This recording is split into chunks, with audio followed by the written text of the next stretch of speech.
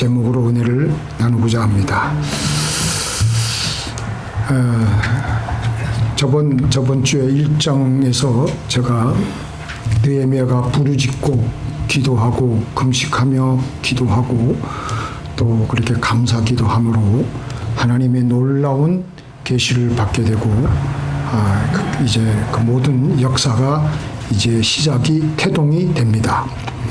이 부르짖는 기도로 막혀있던 우리 영혼의 혈관에 있었던 혈전이 녹아내리게 됩니다. 그래서 혈관이 다시 뚫려서 생명수가 우리 영혼의 핏줄로 다시 타고 흘러 들어오게 되므로 영혼의 모세 혈관 구석구석까지 파고 흘러 들어와 우리는 생명력이 넘쳐나게 됩니다. 그리고 이 생명수는 혈관 속에서 흐르다가 우리의 행동으로 흘러나가야 합니다. 우리의 삶의 현장의 구석구석까지 이 생명수가 계속해서 흘러나가므로 메마른 땅은 푸른 초원으로 변하고 말라버렸던 시냇물에는 다시 맑은 물이 흐르고 죽어 있었던 강은 생명이 넘치는 강으로 되살아나게 됩니다. 부르짖고 기도하며 생명수가 우리의 심령에 흘러 들어왔는데 우리의 주위 환경에 이 생명수가 더 이상 흘러나가지 않을 때 우리는 영적인 당뇨병에 걸리게 됩니다. 오늘 읽은 이 느헤미야 2장은 기도 중에 받은 생명수가 실제 삶의 현장에서 어떻게 흘러나가고 있는지에 대해서 말씀하고 있습니다. 1장에서 느헤미야가 어떻게 했습니까? 무너진 예루살렘 성을 생각하며 탄식하며 하나님 앞에서 금식하고 부르짖고 기도함으로 그의 혈전으로 막혀있던 혈관이 뚫리게 되고 느헤미야의 영혼에 하나님의 그 생명수가 그의 마음속 깊은 곳까지 흘러왔습니다. 혈액이 심장에서만 돌고 손끝과 발끝까지 가지 않는다면 병들게 되듯이 기도가 우리 안에서만 끝난다면 우리의 신앙도 병들게 됩니다. 하나님의 생명수는 반드시 우리의 손으로 우리의 발을 통해서 우리의 삶의 현장으로 흘러나가야 됩니다. 1장에서 느헤미야는 기도의 골방에서 생명수를 받아서 그의 심령에 하나님의 생명수가 흘러넘치기 시작하였습니다. 자, 이제 2장에서는 그 생명수가 삶의 현장으로 흘러가기 시작하는 것을 보여주고 있습니다. 자, 이제 그 느헤미야가 하나님 앞에 기도의 골방에서 부르짖고 기도하고 함으로 느헤미야의 심령에 하나님이 부어주시는 생명수가 넘칩니다. 그래서 그 생명수가 이제는 기도하면서 하나님께서 그 기도의 골방에서 페르시아 왕궁으로 또 페르시아 왕궁에서 또 예루살렘으로 또 예루살렘에서 또 무너진 성벽으로 또 무너진 성벽에서 절망에 빠진 그 유다 백성들의 수없이 그 탄식하고 죽어 있었던 그 심령 속에 그 생명수가 흘러들어갑니다. 첫 번째로 이렇게 잘 흘러들어가기 위해서 우리는 어떻게 해야 되느냐? 잘 흘러들어가기 위해서는 우리는 기도하며 환경에서 응답의 징후가 나타날 때까지 기다려야 됩니다. 먼저 1장에서 느헤미야가 어떻게 했습니까? 부르짖고 감사 기도하며 계획을 세우고 그래서 자기의 심령에 하나님의 그 흘러넘치는 생명수가 쫙 있어가지고 하나님께 그냥 기도하는 거예요. 기도하다가 영감을 받고 하나님께서 주신 계획이 이 사람에게 내가 은혜를 있게 하옵소서. 그래서 그 생명수가 왕에게 흘러들어가서 반응이 나타나기까지는 약 반년의 시간이 걸립니다. 느헤미야 1장 1절과 느헤미야 2장 1절 사이에는 6달의 시간의 간격이 있습니다. 기슬루월의 그 소식을 듣고 탄식하며 기도하였는데 니산월이 되어서야, 그러니까 오늘날로 말하면 니산월은 3월달에서 4월달인데요. 드디어 왕 앞에 서서 왕을 시중을 들고 있었는데 그동안 이 느헤미야는 기도하며 기다리며 왕의 술관원으로 자기 자리를 성실히 지키며 때를 기다리고 있었습니다. 그런데 어느 날 왕이 느헤미야에게 말을 거는 겁니다. 네가 육신의 병이 없는데 어찌하여 네 얼굴에 그렇게 근심이 가득하냐? 이는 필연 네 마음속에 뭔가 문제가 있다. 그 말을 들은 느헤미야가 크게 두려워했습니다. 왜 두려워했겠습니까? 그것은 당시에 왕 앞에서 느헤미야가 근심함으로 느헤미야 본인 자신이 위험해질 수 있기 때문입니다. 술관원은 술만 단순히 따르는 것이 아니라 왕이 마시는 술에 독이 들어있는지 먼저 마셔보았던 것은 그 당시 왕은 늘 독살의 위협 속에 살았기 때문입니다. 그래서 느헤미야는 왕을 이렇게 왕 앞에서 왕을 시중들 때는 항상 밝고 평안한 모습으로 왕의 마음에 편안한 마음을 줘야 되는데 왕 앞에 나가서 시중을 드는 신하가 근심스러운 얼굴을 하거나 우울한 표정을 짓거나 왕에게 불쾌감을 주면은 자칫 잘못하면은 의심스러운 행동으로 오해를 받을 수가 있기 때문에 그 자리에서 쫓겨날 수가 있는 겁니다. 그런데 왕은 의심하지 않고 오해하지 않고 오히려 느헤미야에게 친근하게 말을 걸어옵니다. 왕의 그런 말을 듣고 느헤미야는 담대하게 왕은 만세수를 하옵소서. 내 조상들의 묘실이 있는 성읍이 이제까지 황폐하고 성문이 불타 싸우니 내가 어찌 얼굴에 수심이 없사오리까? 솔직히 대답하는 겁니다. 그 당시 페르시아 제국의 왕은 하루에도 수많은 일들을 결정하고 사인을 해야 되는데 술가는 한 사람의 미묘한 표정 하나를 알아차릴 새가 없었는데 그날은 느헤미야의 그 근심 어린 얼굴을 보았을 때 오해를 해가지고 자칫 잘못하면은 그를 수상하게 여기서 취조해서 조사를 받기도 할 수도 있었는데 그날 왕은 느헤미야에게 호의를 품은 채 말을 하는 겁니다. 이것은 느헤미야의 기도대로 왕이 하나님의 감동을 받았기 때문입니다. 느헤미야 1장 11절에서 일찍이 느헤미야가 이런 기도를 했습니다. 종이 형통하여 이 사람 앞에서 은혜를 입게 하옵소서. 넉 달 전, 6달 전 골방에서 드린 그 기도가 마침내 6개월 후에 이렇게 응답이 되었던 것입니다. 그동안 하나님은 페르시아 왕의 마음을 움직여 놓고 감동을 주고 계셨던 것입니다. 농부는 씨를 뿌린 후 땅속에서 무슨 일이 일어나는지 우리 눈으로 볼 수가 없습니다. 그런데 땅속에서는 그 씨앗은 물을 빨아들이고 뿌리를 내리고 싹이 틀 준비를 부지런히 하고 있는 겁니다. 겉으로는 아무 일도 없어 보이는 6개월이었지만 그동안 하나님은 이미 왕의 마음에 그 땅속에서 응답의 싹을 틔우고 계셨던 것입니다. 이 반년 동안 느헤미야는 기도하며 기다리고 언제 하나님께서 응답을 하실까? 언제 응답의 구름이 내 환경 속에 나타날까? 기다리고 있었는데 그날 내 얼굴에 어찌하여 근심이 있느냐? 이것은 하나님께서 땅속에서 키우시던 응답의 싹이 지면을 뚫고 현실에서 나타나는 순간이었던 것입니다. 하나님의 생명수는 그렇게 흘러나오는 것입니다.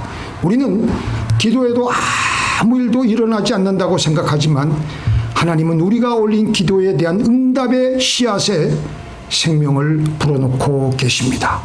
그리고 하나님의 때가 되면 보이지 않던 생명수가 마침내 현실 속으로 흘러나와 사람의 마음을 움직이고 환경을 바꾸며 닫혀있는 문을 여시는 겁니다. 이렇게 우리가 기도하고 나서 언제 내 기도 응답의 구름이 나오나 이렇게 기다리는 것이 영적인 집중력입니다. 기도했으면 응답의 구름을 엘리야처럼 살피며 기다려야 될 줄로 믿습니다. 자, 그 다음에 두 번째,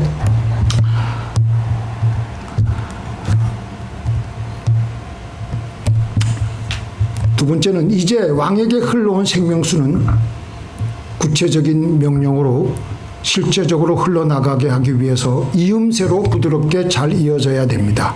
여기서 중요한 키워드는 이음새입니다. 2장 4절 5절 보니까 왕이 내게 이르시되 그러면 내가 무엇을 원하느냐 하시기로 내가 곧 하늘의 하나님께 묵도하고 왕에게 아뢰되. 이게 이음새예요. 이음새.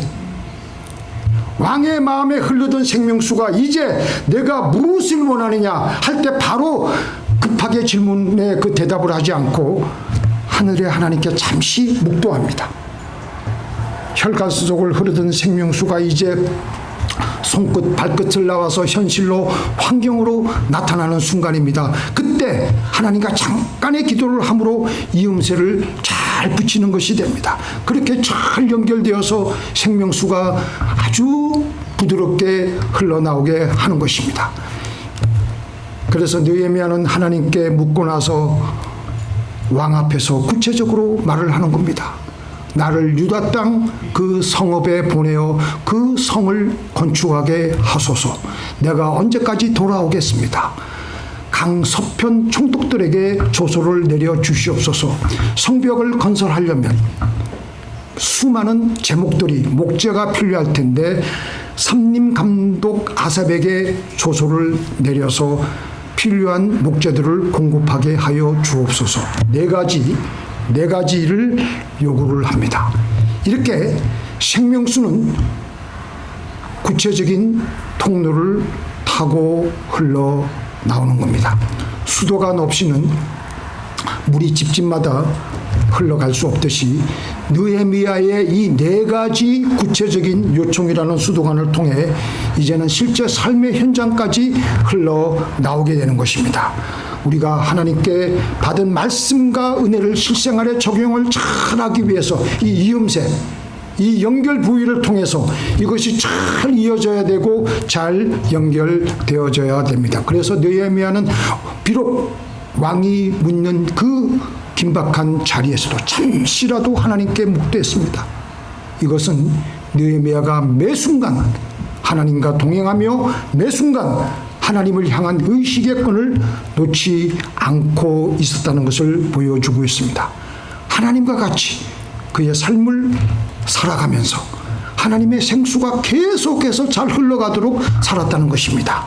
브라들 로렌스처럼 프랑크 로바 선교사님처럼 그의 의식에서 하나님이 한순간도 떠나지 않으며 하나님을 의식하며 자기의 모든 삶의 영역에서 하나님을 모시고 살았습니다.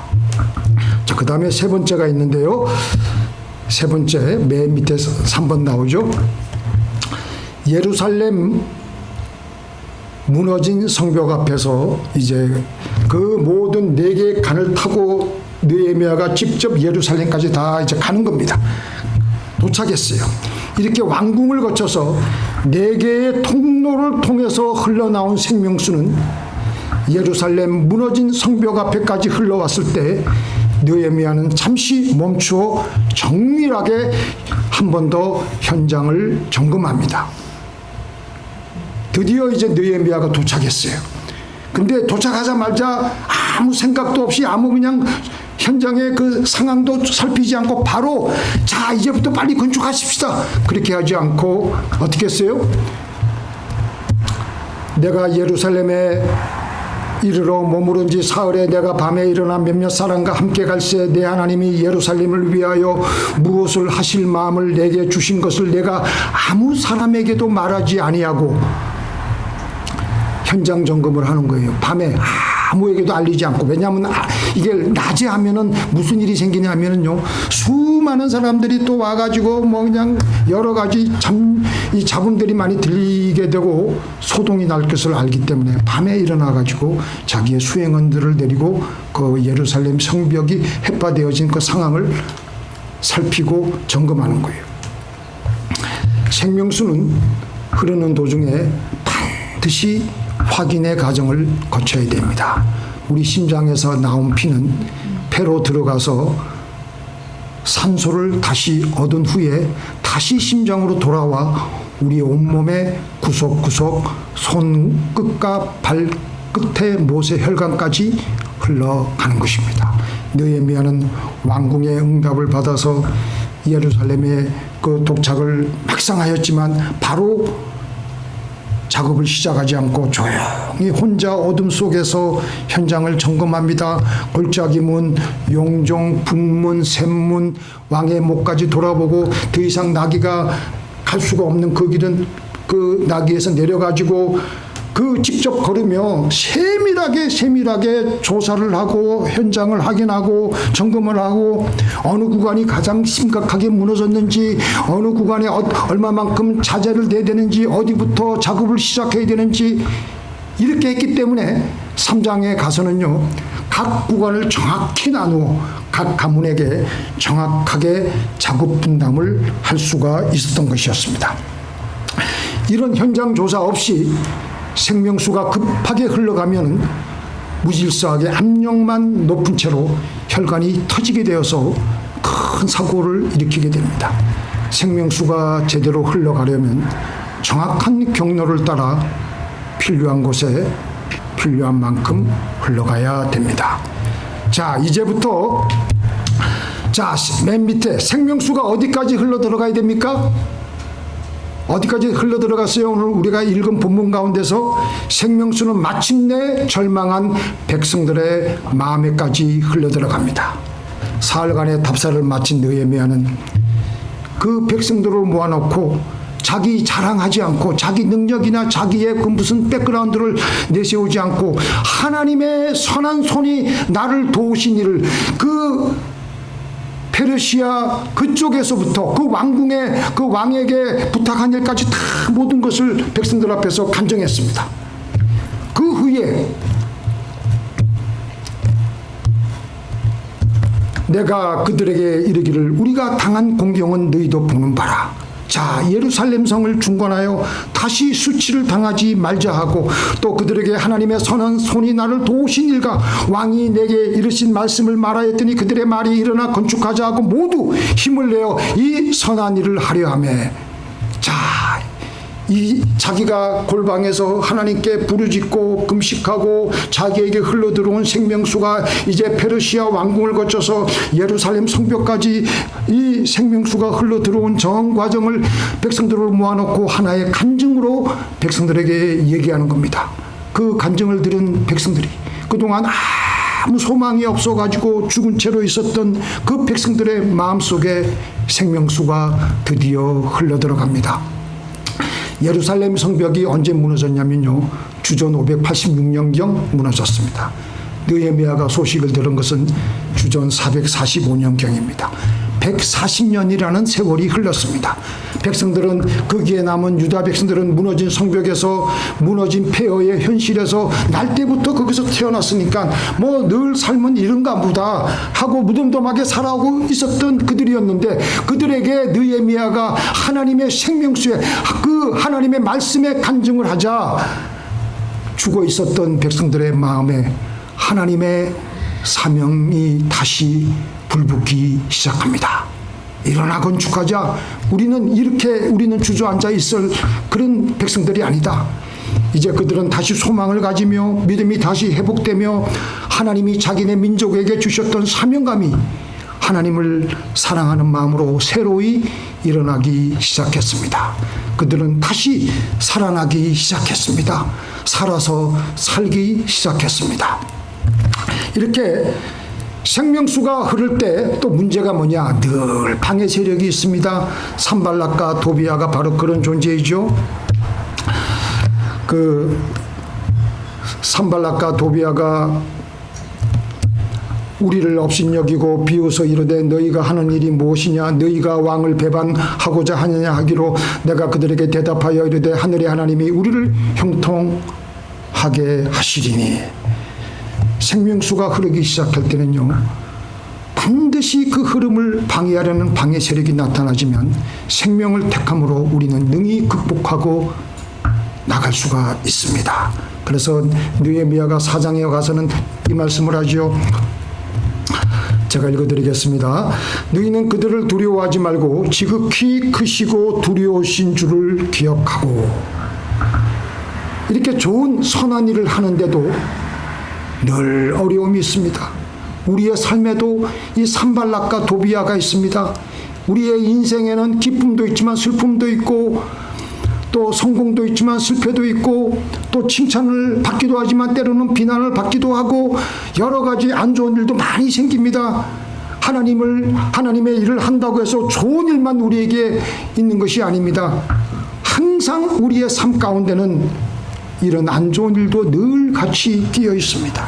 이게 바로 하나님의 섭리이며 우리가 살아가는 세상의 현실입니다. 문제는 이런 안 좋은 일을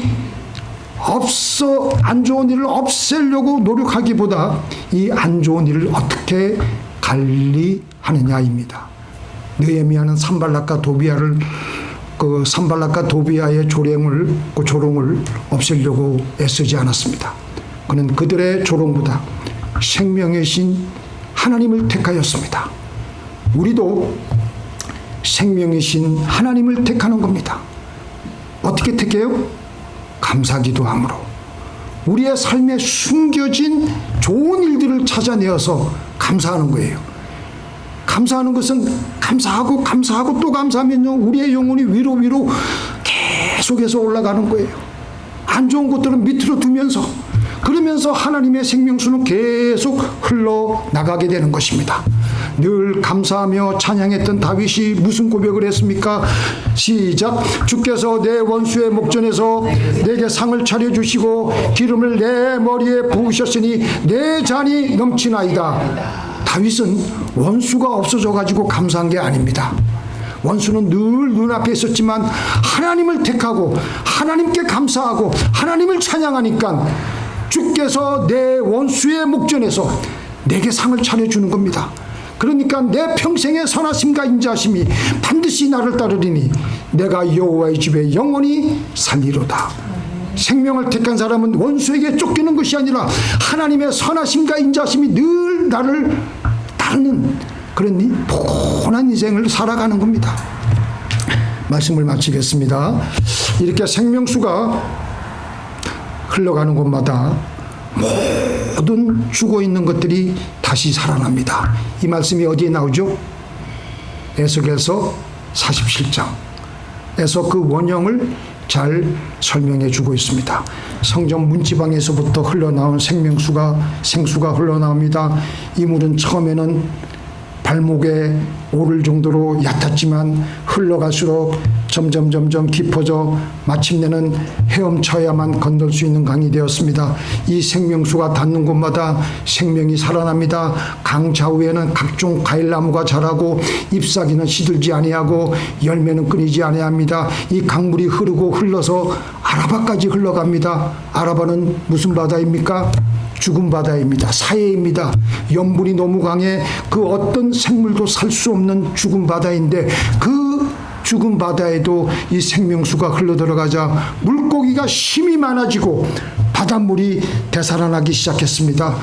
느헤미야 2장으로 다시 돌아가서 골방에서 시작된 느헤미야의 기도는 처음에는 발목 정도의 얕은 물에 지나지 않았습니다. 그러나 그 기도가 왕궁으로 흘러가자 무릎에 이르렀고 예루살렘 성벽 현장으로 흘러가자 허리에 이르렀고요. 마침내 절망에 빠져있는 그 백성들의 마음속에까지 흘러가자 헤엄쳐야만 건널 수 있는 창이란 강이 되었던 것입니다.